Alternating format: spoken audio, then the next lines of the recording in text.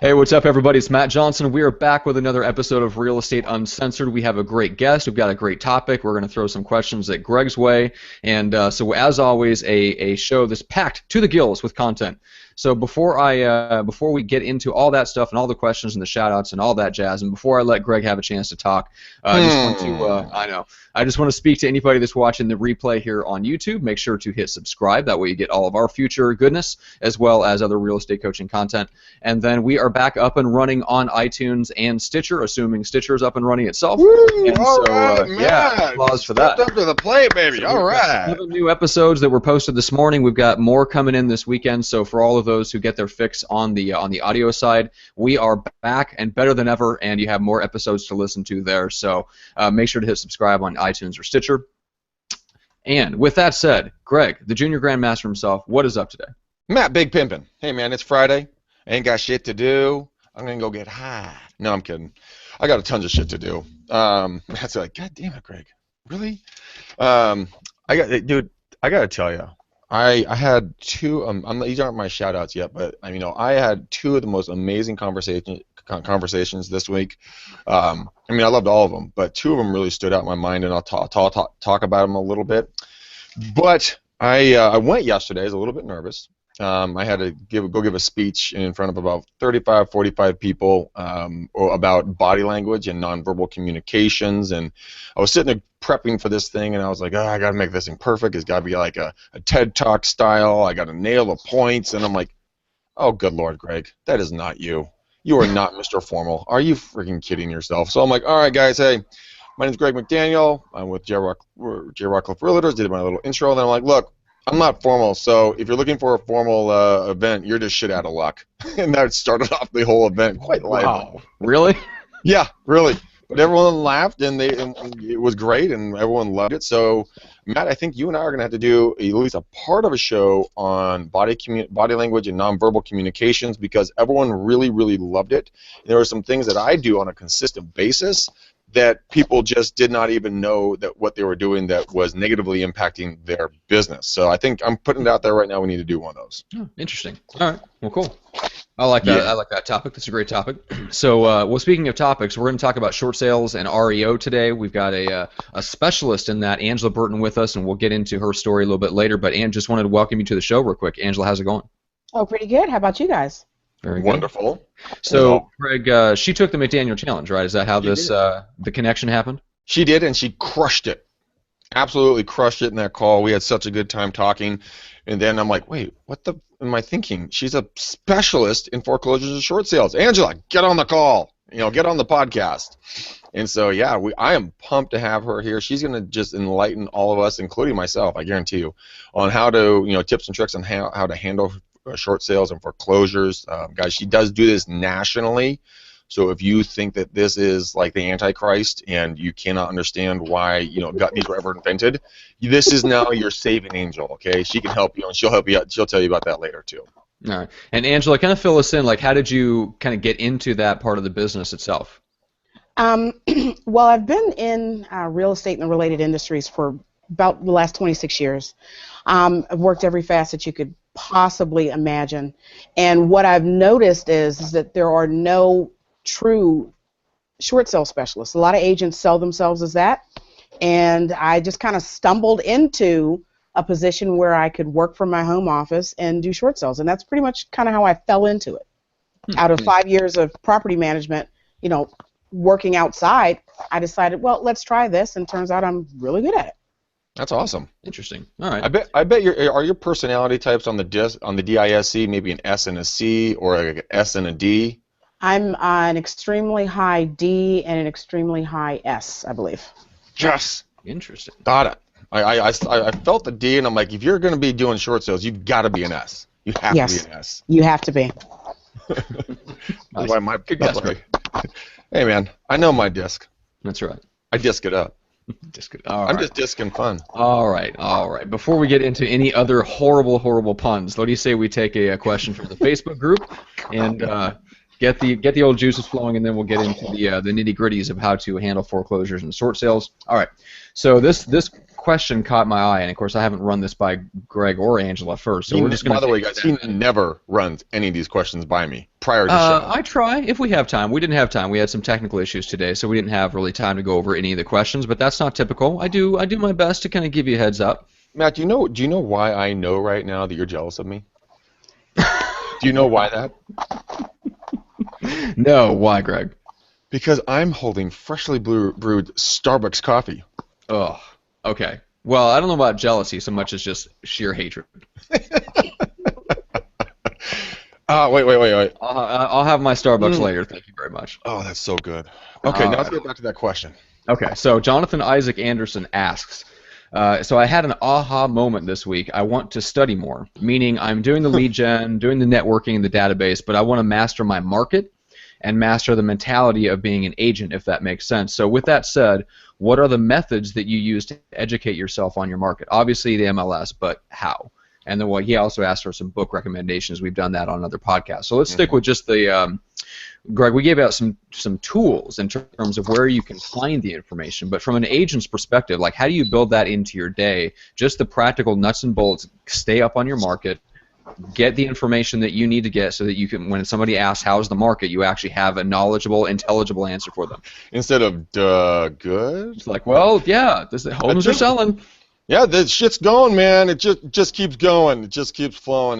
Yeah, it's awesome. It's always a great time to buy or sell. Anytime's a great time. I can get back to you about that. I mean, yeah, exactly. Who wouldn't want to sell in this type of market? Sir, it's a completely short sales and nothing sells.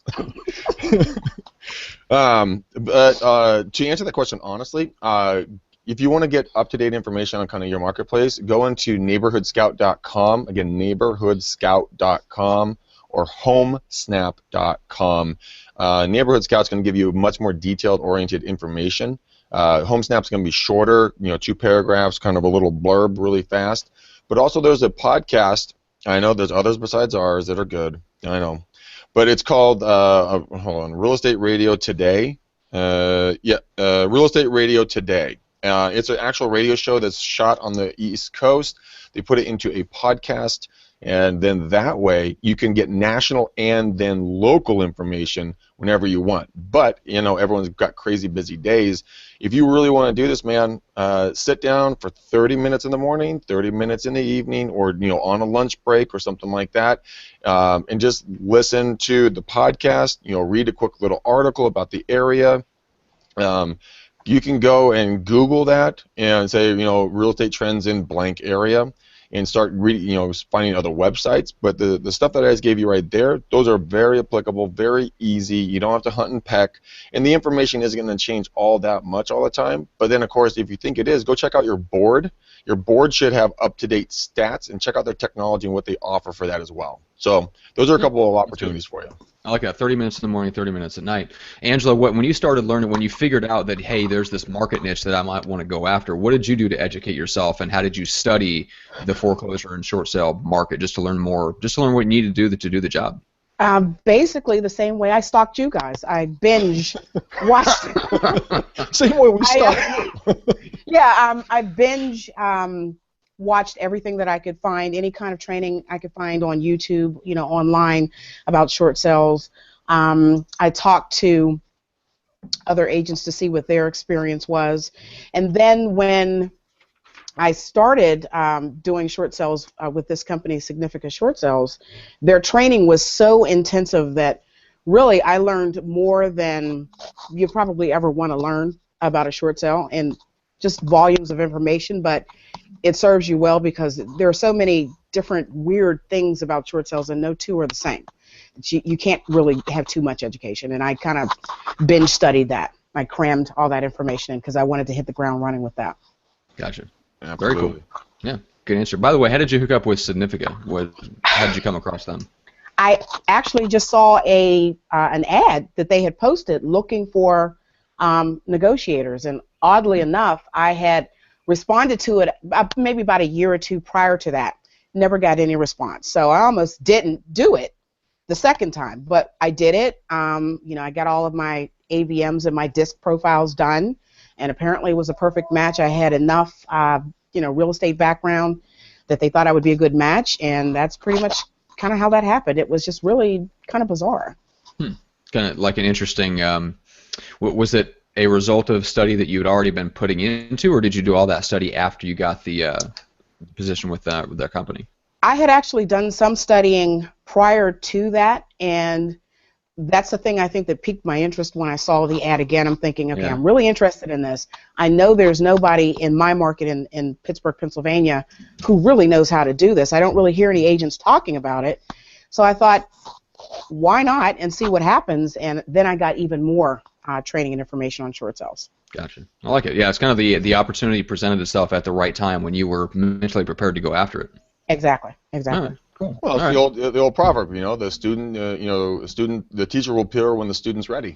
Yeah, that's exactly what I was thinking. Bingo. So. Yeah. All right. Well, cool. Well, let's get some shout-outs out of the way real quick, and then we'll dive into the nitty-gritty. So, Greg, you mentioned that you've had a couple of really good conversations this week. I want to start there and give your shout-outs, and then I'll give mine. I got a shit ton of shout-outs, but yeah, let's do it there.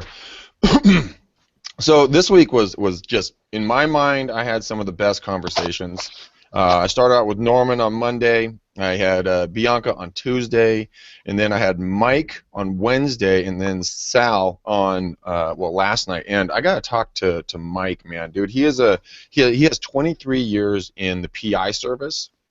Wow. 2 beautiful daughters, North Carolina, and we really went deep. We did a 3-hour call. I was exhausted at the end of the call, but I felt that Mike really needed it because, dude, he's like, man, I got 2 daughters going to college. This has got to happen, And so we came up with some good creative ideas for him, I think, that are really going to work well. Since he has 23 years in as a PI, I'm like, dude, why don't you start making a bunch of series of short videos on how, instead of how to go spy on someone, how to not be spied on, turn that turret around, and then you look it out and protect the families, so like someone, if he wasn't a PI, how to protect his daughters if someone was a peeping Tom or some crazy ex-boyfriend or whatever else, right? Yeah, just privacy protection and personal protection. Exactly, and doing seminars on it, and going out and working with other like PDs and in the area and kind of getting referrals from those folks. So Mike was awesome. Well, you could probably train neighborhood watch personnel. Dude, that's a great idea. I didn't even think about that. Yeah, absolutely. I didn't even think about that. And then Sal, he and I chatted last night out of New Jersey. He and his girlfriend are thinking about potentially moving out here. He's going to hit me up when he gets out here. They're going to go on a trip, and I gave him a couple of bullet points. But he's a younger guy, very aggressive, very, very cool. He has one of the coolest websites, man. He put together this bitchin' website and gave him some pointers on that. But I had such a good time talking with him, man. And we're just blessed beyond belief on how great our listeners are, because these people are just rock stars. I mean, they go out there, they're hustling, they're listening to us, they're digesting this information, then they're doing something unheard of in real estate, Matt. They're putting it to fucking work and actually doing it. Holy shit! Did I just say real estate agent works? Yes, I did, Matt. And they're our listeners. That's why I know they're awesome. That's right. So, and then actually just a few seconds ago, I had Jeff hit me up on text, dude, on air, and we are going to book a time for him in March. So, Natasha, thanks for reaching out to me to take the McDaniel challenge. I really look forward to talking to you. And then Ricky Alvarez, buddy, if you're listening to this, he is a local Rockcliffe agent here in the area. And he did a post for me and got a lot of interaction on Instagram after my speech yesterday about body language. And then Josh hit me up on text and not really text, on YouTube, talking about how much he really likes our the prospecting video that I did, which means I'm getting a lot of responses on that. I got to do some more, guys. So if you like them, just let me know. On how actually I'm keeping it real. I'm not the questions and the interactions on the phone are not fake. And so, guys, nothing that Matt and I do is fake. As you can probably tell, we are not the guys going, okay, so this is when we're going to say this, and this we're going to say that, and this is where Greg's going to drop an F-bomb. No, we don't really do that. Yeah, thankfully, none of that is planned out. It wouldn't be any fun to drop an F-bomb if it was planned out. That's right. Ernesto, Matt, this is our first Instagram shout-out, man. Ernesto hit me up on Instagram, said he loves our content and loves the show. So, Ernesto, dude, kudos to you, man. Thanks for the new medium. That was awesome. And did I miss anybody? I don't think I did. I went through those pretty quickly. And, we're at 1,220 people that like our YouTube channel. How much? What was that up from on Wednesday? I mean, wasn't it like that's in 10 viewers? I mean, that quickly? That is just amazing. Yeah, we average like, I don't know, between 3 and 5 new subscribers every day on YouTube. Really good. Well, you guys are amazing. Absolutely amazing. So thank you very much. Keep them coming, guys. I want to keep chatting with you guys. I'm still booked. I'm booked in the second week of February right now. I mean, February. March. Good thing my mind's working. But I got my coffee. You're in top gear today, Greg. I am. Where? All right. Well, all right. So if that's all the shout-outs for you, make sure you take the McDaniel challenge. Wait. That's the cell phone. Wait. You calm down there over there, buddy. Reminding you. I know, but I got to give a shout out to Bobby. I talked about her and how she wanted to murder one of her kids last show. Right. But dude, so she's in not even a related field of real estate, nothing near it, right? Accounting. But she has all of her people listening to us, and they say that would they like listening to our show because we're funny and we have good content, and like randomly there'll be sporadic laughter around the office when our show is playing. So that's awesome. And they'll be like, "What happened?" Greg said something funny. I'm like, "Oh, okay, cool." Nice. Yeah. Did you know that? So Caitlin, the gal that does the show booking and the setup calls, her husband is now listening to the show. He works construction. He's just listening because he listens to podcasts all day long and was running out of things to listen to. So he's like, "What's that podcast you work for?" I'm like, "Well, it's real estate. It's for realtors." Like, I don't care. I'll just listen to all their stuff. That is awesome, man. I got a kick out of that. Yeah. Okay, so McDaniel Challenge. You guys take it. I'm nicknaming it the MCC. McDaniel Challenge. How do you get a hold of me? Remember, hashtag do not let Greg spend the night alone. Please call me, text me, book a time. Pull, like Jeff did when we were on air today, 925, 915, 1978, 925, 915, 1978. I had what was that comment that someone made to me about like doing the show, doing the call, but they were afraid of like, oh, I got to figure out what that was. Because I was just like, really? That's what you think? Holy shit. But it was very funny. But yeah. Do the challenge, guys. Don't let me spend a night alone. Matt? No, back to you. No, back to me. No, back to you. Okay.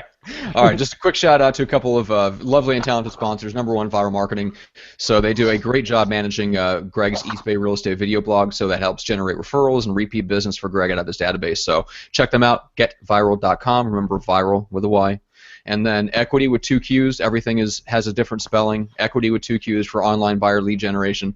So if you're looking to generate a smaller number of higher quality buyer leads in your area, especially if you're in California, it may already be in your area, so check with Greg about that. But if not, if you can get a few other agents on board, we can take it anywhere. So take the McDaniel Challenge, hook Greg up with either yourself or if there's a team leader or broker in your office that might want to round up a few agents together to go in on that. The more you do that, the less expensive it is for everyone. We can actually knock off your setup fees, and we hook you up with a lender as well, so they'll actually subsidize the cost of the lead generation. So it's very, very, very good for solo agents and small teams.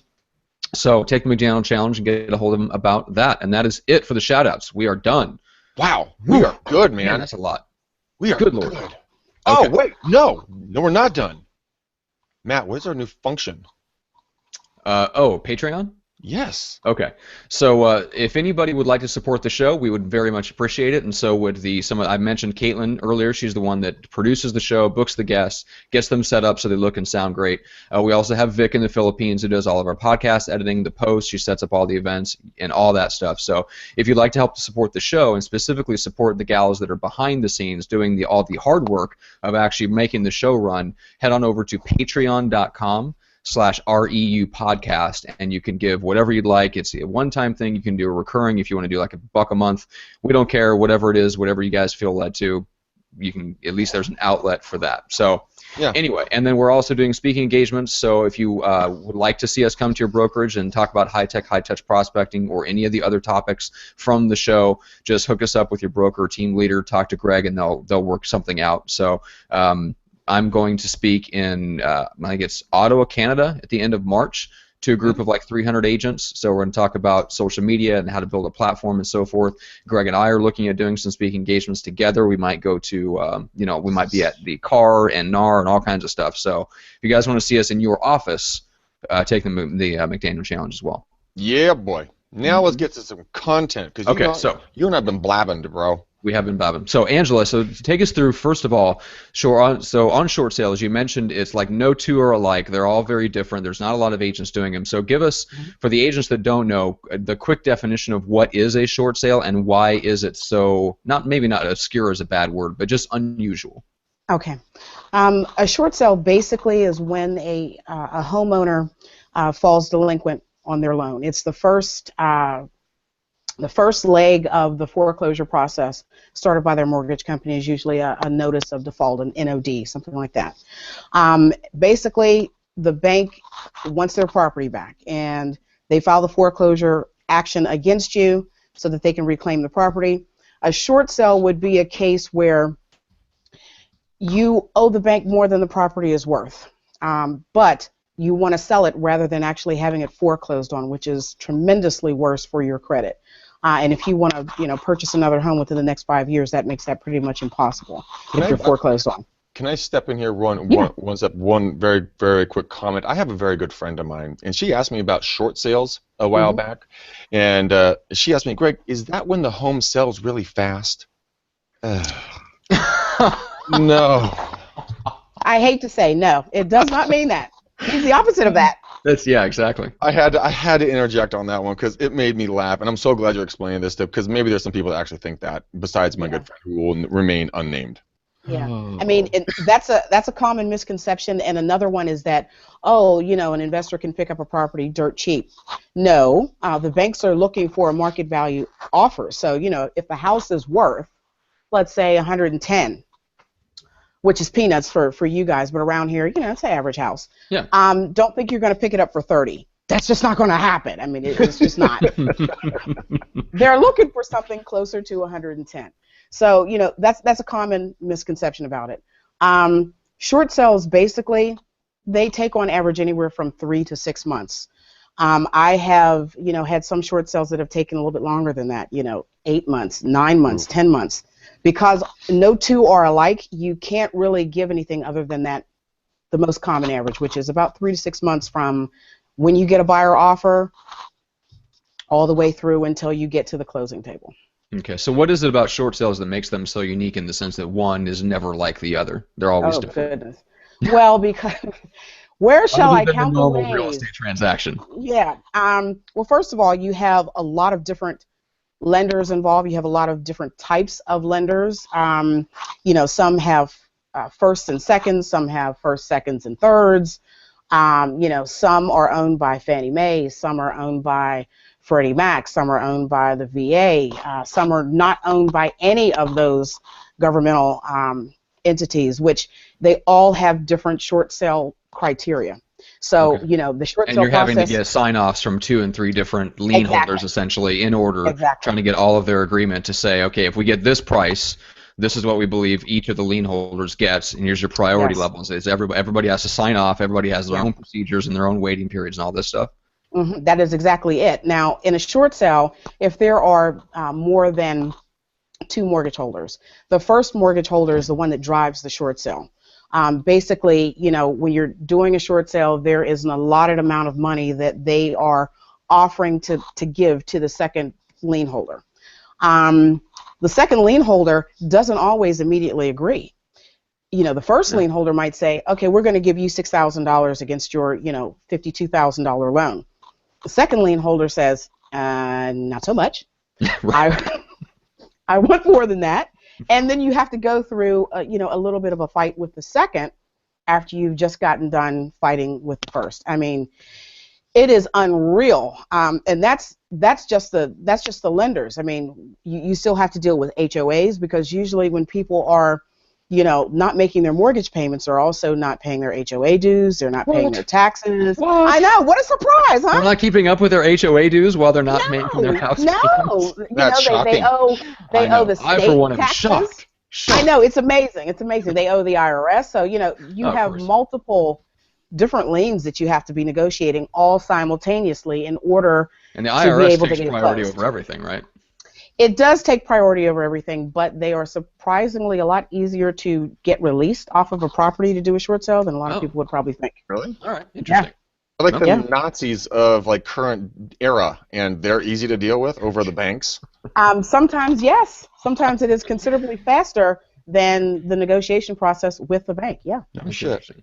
So in other words, just to recap, basically when you see this ad and they're looking for negotiators, they mean it because like there's literally 50 balls up in the air and you're negotiating and trying to get all these different parties to accept, hey, Yeah. everybody's going to lose some money. Yeah. It's up to us to figure out how much we're all willing, and you're trying to convince everybody that to take a loss on all the different liens that they have. Pretty much. I mean, in this situation, everybody's going to take a haircut, Yeah. and you basically have to get them to agree to take a haircut. And like, how short is it going to be? Short. Very short, very short. But yeah, that's the nature. That's the nature of the beast. And the government forces a lot of these lenders. They're under a mandate that they have to comply to some extent with a lot of these short sale requests, as long as they fit, within the individual servicer and investors' guidelines. They kind of have to go along with it as long as it's within certain criteria. What would be something that could cure a foreclosure or a short sale, short of obviously coming up with the difference of cash? Have you ever seen that happen? There are things that you can do short of a short sale. No pun intended. Thanks, folks. I'll be here all week. But I mean, they could do a modification. They could do a deed in lieu of foreclosure. But those things don't have the same positive after effects for the homeowner as a short sale. A deed in lieu is still going to look on your credit to any other creditor as a foreclosure. It's just a soft voluntary foreclosure. A modification, 9 times out of 10 they fail because you're struggling with the payments. Something caused you to go into this hardship, and you're basically just kind of whacking the dog's tail off a little bit at a time. You're just delaying the inevitable. You know what I mean? Like, you're going to end up going into default again, and when you go in the second time after a modification, they're less likely to help you on that. So a short sale usually is a better option. So it's like a kid that says drops an F-bomb to his mom, and then is like, "I'll never do it again." She's like, "Okay, honey, I love you." He's like, "About fucking time." And then mom's not going to be like, "You're going to timeout, pal." Yep, pretty much. As well, you should have to, Greg. Because we all know that was probably a true story. Oh, my mom used to carry around a bottle of Tabasco in her purse, and every time I would smart off to her or say some sort of bad word, it would be on a graded scale of how bad the word was. I would get so many drops on my tongue. I went through one of those Magnum bottles in a month. Well, that's why you like hot stuff. I know. That explains it. Yes, like so many things are falling into place right now. Makes sense. That's the missing link. That's right. exactly it. Greg's the missing link. Well, you're big enough, I guess. Well, I didn't so. say that. Yeah, because you're not a small human, unlike myself. But The missing link. Okay, back on track. So, so short sales. So, like, you talk about the loan modification. So that I'm assuming that includes some of the government incentivized modification programs. Do you run into people where are they getting to you and they've already tried that, or are they coming to you and then it's your responsibility to try to help them figure out whether they should even go after that or whether they should go straight to short sale? Usually, when I get them, they have already attempted the modification route. And there are actually a lot of lenders that require for you to have gone through a trial period, which is usually 2 to 3 months of a modification, and miss a payment before they'll even allow you to enter a short sale. Some of them require you to have missed at least one payment. So that's where you hear about the intentionally missing payments from. Yeah. I mean, I would never recommend that to anyone. But sometimes, you can't even get into a short sale unless you are at least one payment behind. Some will allow you, if it's coming up but it hasn't happened yet, you can still get a short sale. So that's what I'm saying about no two are alike. Okay. So let me ask you this. For the average agent, so is this something that they can apply and start working or go after this market? Obviously, you work for a firm that basically specializes in this, right? So is that just because they already have the pre-existing relationships, or are those the types of relationships you as the average agent could go out and attempt to develop? Well, I'll put it to you this way. The average agent can absolutely, go out and seize on that market to try to get in, listings that are short sale candidates. However, the average agent who is interested in, maintaining a constant listing business, I would not, unless they have had some recent experience with more than one or, two offhand transactions, I would not recommend that the average agent attempt to do this, because it can really be like a full-time job. And that is no joke. There are so many, deadlines. You're trading documents. You're on the phone. If you miss a deadline, if you don't process something through the correct platform, your short sale is dead. Yeah. So you can't really afford to make mistakes on it. You can learn to do it. Certainly, any agent, it would benefit them to learn to do it. But the amount of time you'd have to spend to do that, it would damn near be like trying to get your license again. Yeah, because most of the people, and correct me if I'm wrong, but You're wrong. After the last crash, we've talked to a few of them, like Christian Peter being one of them, the guy that started HomeBuzz. So a lot of the agents that got into the REO and short sale business, they were already in real estate beforehand, and they knew the transaction, they knew the basics. So then they seen the market shift, and they were able to say, okay, well, this is just a different type, a little bit more complex than I'm used to, and the timelines are longer, but I know what I'm doing, and so that's the way they're able to go after that market. Exactly. Okay. I mean, but if you're an agent if you're a listing agent and you don't have the actual, technical knowledge to do it yourself, you can certainly, obtain that listing and contact someone like me, and I can get them set up, and we can do the short sale, and I can actually negotiate it. So. Okay, perfect. So they can pull on you as a resource. So you're not absolutely. Okay. That would be the best use of everyone's time. I mean, she is an expert at it. You guys are amateurs at it. Hire someone. I mean, you get back out there. Same thing with 1031 exchanges and investors and all that stuff. Yeah. Oh yeah, you mean the experts. You can't be a master of all, guys. You just can't. No. So you utilize the resources around you. Yeah, I was thinking about this yesterday. I was just like thinking, and Greg, this is your fault for doing this.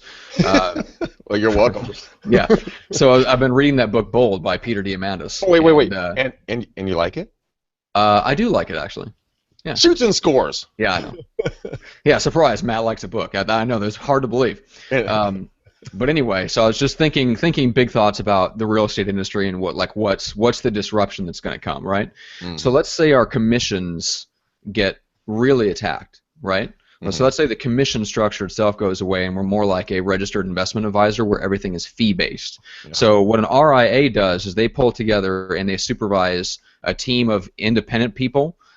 So your accountants, your insurance guy, your CPA, your financial advisor, or whatever. Like they are the financial advisor, but more than that, they basically create a team around you or supervise the team that you've created of all your different people, and they take all that advice and then they synthesize it, and then they are the ones that help you come up with a plan of action that incorporates all the different advice from this group of experts, so like your own mastermind group about your own life and your own finances. I can totally see real estate agents going that direction, in the sense that you become the person that oversees a team of experts. You yourself are not an expert at all those things. You are an expert at, let's say, one thing, which is the marketing and selling of homes, and you pull on people like Angela or James Callejas or Ben Smith and all these other guys, all these other experts in specific niches to help specific clients. So each client gets like a specific team put together for their transaction.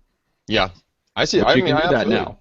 Yeah. I mean, we're going to morph. Real estate is not going to be the way it is or has been in 3 years, 5 years, definitely not in 10 years. It's going to be radically different. And I'm just interested to see how it's going to happen. Yeah, man, you have a logical point there for once. Wow. You caught me off guard there. All right. I know. Really? Left hook. That's funny. Okay, so let's attack this from the perspective of the buyer agent. So Angela, if let's say you're a listing agent, you're handling things in the sense that you're driving the transaction. So who's buying the property, and how? If let's say you're working with the client in terms of helping them find a home, and they decide and they find this home that's a short sale. So talk to me about it from the buyer's agent transaction. What are they in for? What do they need to know? Okay. Basically, what they need to know is that in a short sale transaction, the way short sales are set up, lenders do not allow third-party companies or third-party negotiation companies to be paid from the seller side of the HUD, essentially, okay. Because that's all the bank's money. it has to be paid on the buyer's side of the HUD. So what the buyer's agent needs to know is that the buyer is going to be responsible for paying for any third-party short sale negotiation fees, because it is a service. It's weird because it's a service that's actually provided to the buyer, but it actually benefits also the seller as well. Everybody in the transaction is happy. It's a win-win for all, but the buyer has to pay for the buyer's agent. The buyer has, exactly. Yeah. But usually they're getting a property at, even though it's still at market value, they're getting a property at such a great deal that the fee that they pay for short sale negotiation, it's more than worth it. So why is it a better deal? Walk me through. So if we're at market value, is it because we're at a different value price point than what it was originally, or because you're still paying the same price at market? Because of how it was originally. Like, I can give you an example. This is a recent transaction where a property was actually worth about $500,000. They were able to get the property, I think, for something like $420,000, $430,000 in that ballpark. Okay. So a comparatively speaking, nominal short sale negotiation fee. Right. This was still a bargain for them. They were still getting a $500,000 house for well under that. Yeah, Gotcha. so like the bank, so you're saying the bank's their goal is to get market value. However, you're talking about you're having to catch up all these HOA fees and taxes and all this stuff. There's exactly. And the house is probably, if somebody has not been making their payments for 3 months, there's a chance they weren't also upkeeping it as well as it should have been. Exactly. So yes, they want market value, but that doesn't mean it's house A and house B, and one's a short sale and one's not, and it's the exact same price and exact same condition. That's probably pretty rare, right? Exactly. Like, for example, the bank may say we want a gross offer of $450,000. They know full well that on a house of that size, once you back out a couple years of delinquent taxes, you back out some IRS tax liens, that they may end up only netting $200 and something thousand. They're okay with that because they know that that's what they're dealing with. They'd rather get that than zippity doo dah. Here's a question for you.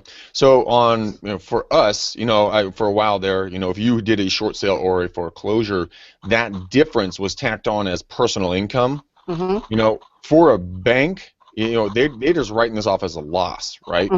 Now, is it still a personal income difference, or I know that they took that off the books for a little while? Did they bring that back on? Yes, they did. They actually extended that through 2017, which basically means that whatever amount of your principal balance that's written off, that's not going to be considered as personal income, so you're not going to be taxed.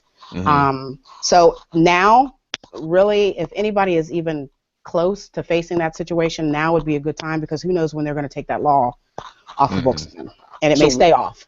So what can someone do? Is there something on the financing side with their CPA that they can get around it? Because if someone's making $150,000, they have another $250,000 tacked on top of it. Now they're at $400,000. Holy shit! Are you kidding me? That's going to put them right back into the poorhouse again. Well, you got to look at it this way too. I mean, one of the benefits of a short sale is, not only whatever the amount is that the bank is basically washing and giving away, okay, that they're writing off essentially, that's not going to be the homeowner's tax liability. That's one plus for them. The second plus is whatever the deficiency balance is, they're also not going to have a judgment for that. So describe what a deficiency balance is for everybody. Sure. A deficiency balance is when the mortgage company repossesses the house and they sell it. Let's say they don't get $100,000 of what they're owed on their principal balance. Well, guess what? They're going to put that $100,000 judgment against you. So now you're going to have a foreclosure and $100,000 judgment on your credit, which means you pretty much can't get anybody to give you a tic-tac on credit. Depending on where your credit score started, of course. Some people, when you get a foreclosure, that's anywhere on average about 150 point dip. But if you're starting higher, you can survive that, because if you're starting, for example, at like a 790 FICO and you go through a foreclosure, 150 point dip, you're still at 640. You can still, get some credit. Maybe it's slightly higher interest rate. Yeah, but at least you can get some. But if you're starting at 580, now you're down to 430. Oh, well, sorry. You're screwed. You're screwed pretty much. So yeah. It's all relative. And say you're using Walmart for your bank account. Pretty much. Yeah, that's pretty much what you're doing. If you're lucky. If you're lucky. Yeah. Jeez. Interesting. Walmart for your bank account. Yeah, you will. They have some nice prepaid card options, Greg. They absolutely do. Ooh. Yeah. Ooh, I should look into it then. That's right. That's right. Jesus. Kanye West may have to look into that shortly. Yes, he may. I actually just saw a funny thing on Facebook about it. About someone was bagging on him. Like there's a picture of him and Paul McCartney. And Kanye this is the quote. It says Kanye just uttered something to Paul about rock and roll, and Kanye is king. Paul replied, "I just tipped the waitress $53 million." And, Wow. Oh, divorce jokes. Mm. Gotta love it. no, Yeah. what a putz. Say Heather Mills has more money than Kanye West right now. That's very sad. Very, very sad for us all. Yeah. Okay. Back on track. So any final bits of advice, or especially for agents? Most likely, it seems like to me that most of the time you would run into agents in your line of work either that are representing the seller and bring you in as an expert, or the buyer's agent that decides they want to try to represent someone buying a short sale. So, any other words of wisdom for how to deal with that? The only thing that I can say, and I'm also a licensed listing agent. I just want to make sure to get that in with KW. Great. For those who don't know, Keller Williams. Anyway, Awesome. I did not know that. That was my little plug. Little. KW. Big plug. Don't go there, Greg. Don't say anything nasty. But basically, no, seriously, the biggest takeaway for the listing agent is to be able to recognize early that you're about to be in a short sale situation with your client. If they're upside down, whatever hardships they tell you about as you're getting to know them, you need to recognize that early. And unless you have, the recent practical experience to be able to get them through this process and to devote the time to it that you need to know when to call a professional. And as far as buyer's agents, you need to let your buyer know up front that this is a service that is provided. And it's not free, but it is invaluable because, many people can't do these. I mean, I've closed, as of Wednesday, I just closed 134 over the past year and a half. By the end of this month, it'll be 37. I average 2 to 4 a month, which is almost unheard of. Usually all you ever hear about are, nightmare stories. Oh, I couldn't get the short sale fell apart. That doesn't happen very often, and it doesn't happen because of anything that I've done in the process. It's because the buyer walks, the buyer gets frustrated, the seller, flips out and just loses it and doesn't want to go on any longer. It could be any number of things, but be prepared for a long haul and just, give your clients the best advice up front. And if you don't feel competent, get somebody in who is. Okay, here I do have something for you. There's a lot of folks. Well, there's not a lot of folks. There are the stories that you hear about that someone sat and they went through a foreclosure or something, and then they just stayed in the house, not making payments for like a year or 2 years. Yeah. Is that becoming more and more of a rare occurrence, or is that still pretty much out there? Still pretty much out there. Some much longer than that. Some 5, 3, 7 years. And with a short sale, it's actually to your benefit. And I'm glad you brought that up because it reminds me of something I wanted to mention. It's actually better for the homeowner if they stay in that property all the way until the end, because the bank will give you anywhere from $750 up to $10,000 as a seller relocation incentive. Like just get the fuck out of the house incentive? Yeah, you bring nothing to closing, you get a check for $10,000 or you get a check for $3,000. If there are tenants in the property, if it's a rental property, that relocation incentive can go directly to the tenant. So it's actually to your benefit, but people have to be occupying it by the time the short sale concludes. If you leave it, if you abandon that property, guess what? You're not going to get an incentive. If you stay in there clinging to the walls until just Velcro to the wall. Yeah, you'll actually get some money out of it so that you can move on and maybe restart your life. Wow, that's interesting. A lot of people don't know that. You can actually get paid to do a short sale. You can get paid now to do deeds in lieu. They have a lot of incentive programs. They'll pay you $1,500 to sign the deed back over to the bank. All right, guys, this is what we're doing. We're going to stop everything that we do in our business. We're going to go get some funding. We're going to go buy some houses, not pay a damn dime, and then get paid to live for free and get out. I just came up with our $1 million idea. JCM should have been on this show, Matt. That's right. I think you just disrupted it. I think you just solved it. That's right. Exploiting what the hell are you doing still sitting here talking? Let's do it. Banks. That's right. Nothing like illegal activity to bring in income, right? Absolutely. Okay. So what do you say we end off with a question or two from the Facebook group, and I'll try to pull one or two that both of you guys can throw your 2 cents in on real quick, and then we'll send this puppy home. All right. So, well, Greg, this is a good one for you. So Matt Sutherland asked, what's the best way to find the turnover rate for a certain zip code to circle call? We can address that one real quick. Okay, best way to go do that, go to Chicago Title. That's who I use. I use Chicago Title, but go to your title company. They have a back-end system where where you can go and pull in a zip code, and you're going to take the total number of homes in that zip code and divide it by the total number of homes sold year to date. So today is February 19th, so I would go back to February 19th, 2015, and see how many sold year to date. And then that would give you a 0.0 something, and that would be your turnover rate. 0.03, 0.05, 4, whatever it is, right? And depending on the price point of the properties, the higher price points are going to have potentially lower turnover rates. The more affordable price points are going to have potentially a higher turnover rate. So it depends on where you want to spend your time. If you want to do less sales, higher volume, obviously you're going to have to hustle a little bit more, not going to do so many deals every month. But if you want to do higher sales volume at a lower price, obviously go for maybe the first time buyer market, selling markets, or whatever else. But that's how you find it. Cool. I like it. All right, and this is a good one for both of you, Angela, since you're a listing agent as well. So this is an objection from a potential seller client. So David McLaughlin asks, what's the best handler for, quote, we're going to relist with the same agent. It wasn't their fault. We had a buyer or a couple of buyers, and the deals just fell apart because of financing. So this sounds like this would be the situation, be like an expired listing that you're talking to. Well, I can give you what Jump my in. gut reaction would be. I would say, well, a good listing agent's job is to make sure that the buyers that they have are fully qualified so that their financing doesn't fall apart. Why would you want to make the same mistake twice? Ooh, that's a good one. Right for the jugular. I love it. I am not going to follow that. Okay. That's all you got, Greg? You're like, Angela dropped the mic, and you're just like, I'm just going to walk off stage. Yeah, and I'm good. I'm out. Take the win on that one. Holy shit. Oh, that's funny. Okay, so let's. I'll pull another one then. Okay, so this is one that caught my eye. So Jamie Christine says she's an ISA, so she apparently works for a team. It looks like it's on one of the suburbs of Chicago.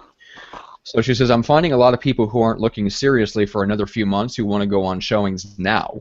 I work for a busy team with a lot of people who are ready to buy now, so how do you politely deter them from looking until they're ready to look seriously? So I go through the pre-approval spiel, and they're still adamant about looking at a home right now. I don't want to lose those clients to other agents, but right now the demand is higher than our manpower. So she's looking for a script to handle that. Hey, we want to look at a home now, but they've earlier said they're not ready to buy right now. Okay.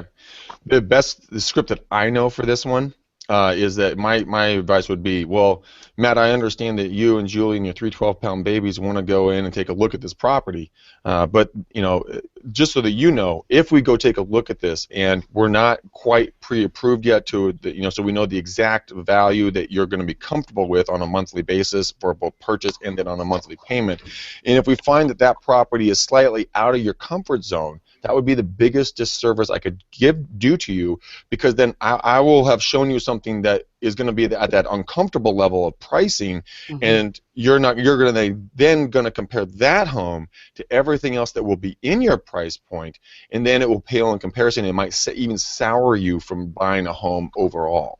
Can you see where I'm going with this? I want to make sure that you guys are comfortable with the process. Yeah. It's a good script. I like that. That way, I've gotten a lot of you like it's today. I'm doing something good. I think it's the coffee I drank. No. But that is really a good one. I've used that one several times because I'm shaking my head with them, scrunching my eyes. Like, don't you understand? I have your interest, and I also don't want to waste my time, you dickhead.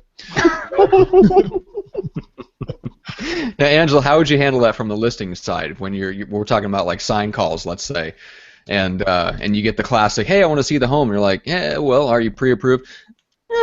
No, we'll handle it if I like the home.